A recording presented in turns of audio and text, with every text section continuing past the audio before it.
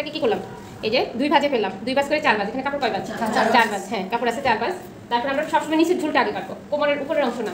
কোমরের উপরের অংশ আমরা জয়েন্ট দিতে পারবো, নিচের অংশ কিন্তু জয়েন্ট দিতে পারবো। সেক্ষেত্রে আমরা এটার নিচের ঝুল নেবো। আমাদের নিচের ঝুল হচ্ছে 21.5। এখানে কিন্তু সেলাই কাপড় ফোল্ডিং সহ ফোল্ড আছে 1.5 ইঞ্চি সেলাই, ঠিক আছে? তাহলে এই মার্জিনগুলো আমি টেনে নিচ্ছি। এখানে একটা মার্জিন টেনে নিই। এরকম পিস কয়টা আছে? এরকম পিস তোমরা এখানে খাতাটা নিয়ে আসো, সব তো মুখস্থ থাকবে না, তাই না? পায়ের কে কত? 6 বের হয়েছে না?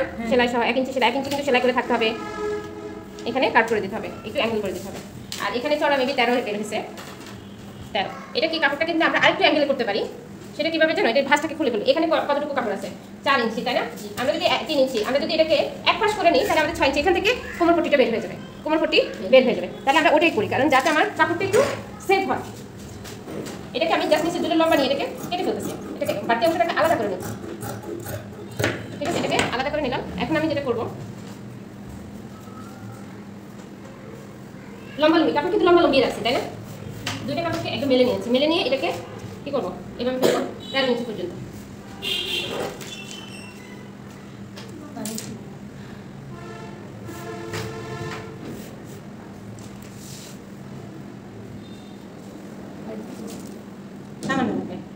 এখানে প্যান্ট হলে কত না ভালো হতো।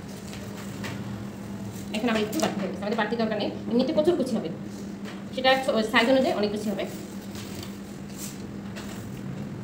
কেমন তখন কি আমার ধরা ব্যতিক্রম ছিল? আচ্ছা 13 ইঞ্চি, হ্যাঁ 13 ইঞ্চি। এই যে পার্টটা আছে না, এই পার্টটা কিন্তু আমরা ছোট ছোট করে কেটে দেবো। কেন কেটে দেবো কেউ বলতে পারবে? এই পার্টটা হচ্ছে সেলাই করার পর এভাবে টান খেয়ে থাকে। যদি এটা অর্ধেক অংশ আমাদের কাটা চলে যাবে, শুধু এখানে অল্প একটু থাকবে। এটা থাকলে কি হয়, কাপড়টা টান খেয়ে থাকে। আর কাপড়টা টান খেয়ে থাকলে তোমার সোজা পাটের সেলাইটা দেখতে ফিনিশিং আসে না। এই জন্য আমরা এই যে পাইপিংটা, মানে পাটটা, পাইপিং না, এটা হচ্ছে পার, কাপড়ের যে পার, এটাকে একটু কেটে দিই, অনেক একদম আলাদা করে ফেলে দেয়।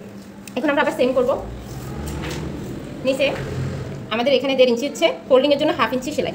এটাকে আবারও একটা মার্জিন দাগ টেনে নেব।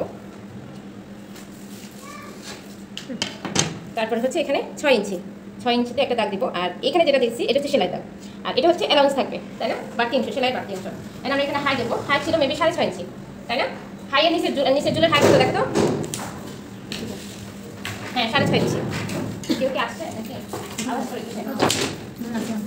এখন আমরা যেটা করবো, আচ্ছা এখন আমরা এখানে যদি কলি দিই তাহলে কলি দিলে একরকম কাটিং হবে, আর যদি কলি না দিই তাহলে আরেকরকম কাটিং হয়। এখানে একটু সামান্য ব্যতিক্রম আছে। তো আমরা যেহেতু কলি ব্যবহার করছি না, তোমরা কি কলি দিতে চাও? কলিটা শিখতে পারতে চাও?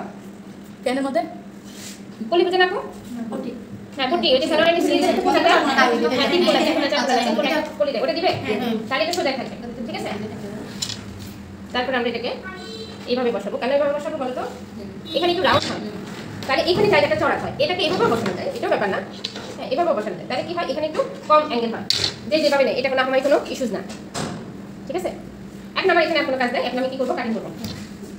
কাটিং বুঝতে পেরেছো তোমরা? তাহলে এখন আমি যেটা সেলাই মানে যেটা হচ্ছে আমাদের কাটিং দাগ, এটা কিন্তু কাটিং দাগ, সেটা অনুযায়ী কাটিং করবো। তো ভালো সিজার দিল না, দুঃখের বিষয়।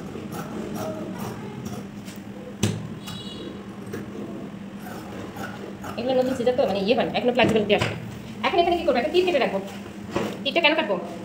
চিহ্নিত করার জন্য। এটা আমার মিডল চিহ্নিত করার জন্য। যে ওই সালোয়ারটা সেলাই করছে না, এই মিডল চিহ্নিত না করার কারণে তারা কি করছে, কুচিটা ভালোভাবে বসাতে পারে না।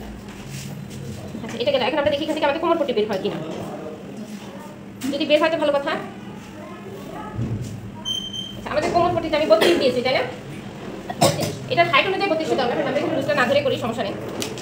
তাহলে হচ্ছে 30 ধরি, 30 হলে 15 ইঞ্চি। আচ্ছা সেলাই প্লেট রাটেস থাকবে এখানে 7.5 আসে নাকি? না, অল্পের জন্য আসে না, এটা সমস্যা নেই। কেউ একজন ওই যে ও আসছে হয়তো, অল্পের জন্য, সামান্যের জন্য মানে 7.5 হলো না, তাহলে 7 ধরি। ওই জন্য আমরা কী করতে পারি, জয়েন্ট লাগবে না। এটা সেলাইয়ের কাছে। তুমি সেলাই যদি যেখানে 1/2 ইঞ্চি ঢুকাবে সেখানে 200টা ঢুকালে আর 200টা কিন্তু থেকে যায়। সেলাইয়ের উপরে নির্ভর করে, মানে তোমার এটা হচ্ছে নিজের দক্ষতার উপরে নির্ভর করে।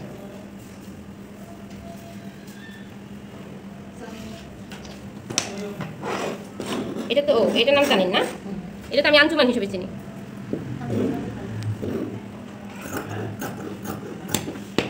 ঠিক আছে, যদিও কাটিংয়ের সময় কাপড়টাকে নাড়াচাড়া করতে নেই, নিজেকে ঘুরে যেতে হয়।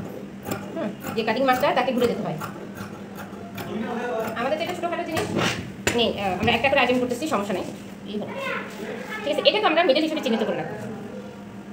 এখানে মিডল হিসেবে কি করবো, চিহ্নিত করে রাখবো। তারপরে এই যে এখানে যে পায়ের ব্যাপারটা বলছি, এখানে কিন্তু পায়ের আছে, পায়েরটা যেন সেলাই করার সময় আমি একটু খুব করে কেটে রাখবো।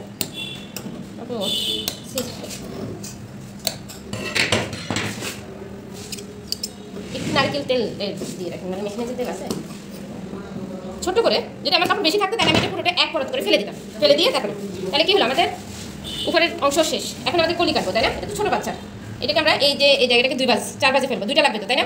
2টা লাগবে। এই 2টাকে, এটা যদি ছোটো বাচ্চার, আমরা কি করবো, এটা 1.5 ইঞ্চি রাখবো। 1.5 ইঞ্চিও বেশি হয়ে যাবে, 3 চলে আসবে। 1.5 রাখি, 1.5 রাখলে 2 থাকলে না।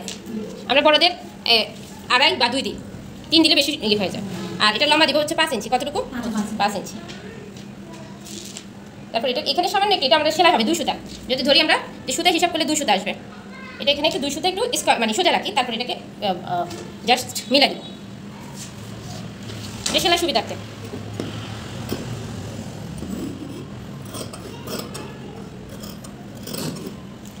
এটা কাটার পরে আমরা এখানে একটু সামান্য, এই যে এটাকে একটু সামান্য করে রাউন্ড করে দিলাম, মানে কোনাটাকে যেন কোনাটা না দেখা যায়। ঠিক আছে, তাহলে এই যে অংশগুলো একটু মিলাই।